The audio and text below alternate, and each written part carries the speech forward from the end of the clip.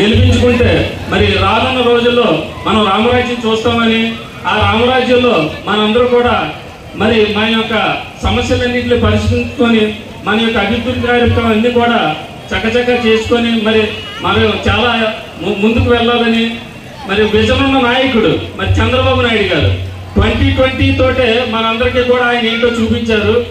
అలాంటి విజన్ ఉన్న వ్యక్తిని మనం ఎన్నుకొని మరి నిలబెట్టుకుంటే మనకి ఈ యొక్క రానున్న రోజుల్లో మనందరూ కూడా యువతంతా కూడా మంచి భవిష్యత్తు ఉండి మంచి మంచి పరిశ్రమలు అవి వచ్చి అందరికీ కూడా ఉపాధి కల్పన, అలాగే మన సమీపంలో ఉన్నటువంటి సమస్యలన్నీ కూడా అది కాలంలో అవ్వచ్చు మరొకటి ఈ రాష్ట్ర యువతకు మంచి భవిష్యత్తు ఇచ్చి ఉద్యోగ అవకాశాలు కల్పించాలని, భావి తరాలకి మంచి నాయకత్వం మన పవన్ కళ్యాణ్ గారి ద్వారానే మళ్ళీ రాబోతా ఉంది. కాబట్టి అటువంటి నాయకత్వాన్ని మనం మద్దతు ఇవ్వాల్సినటువంటి అవసరం ఎంత ఉంది.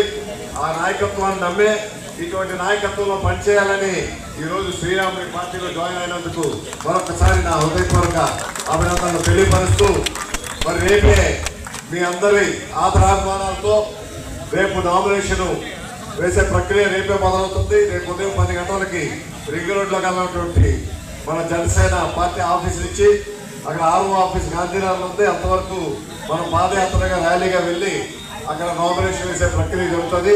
ఆ నామినేషన్కి మీ అందరూ కూడా వచ్చి మీ ఆశీస్సులు తెలియపరచాల్సిందిగా, మీ దీవులు ఇవ్వాల్సిందిగా మరొకసారి హృదయపూర్వకంగా కోరుకుంటూ మీ అందరి సెలవు తీసుకుంటాం.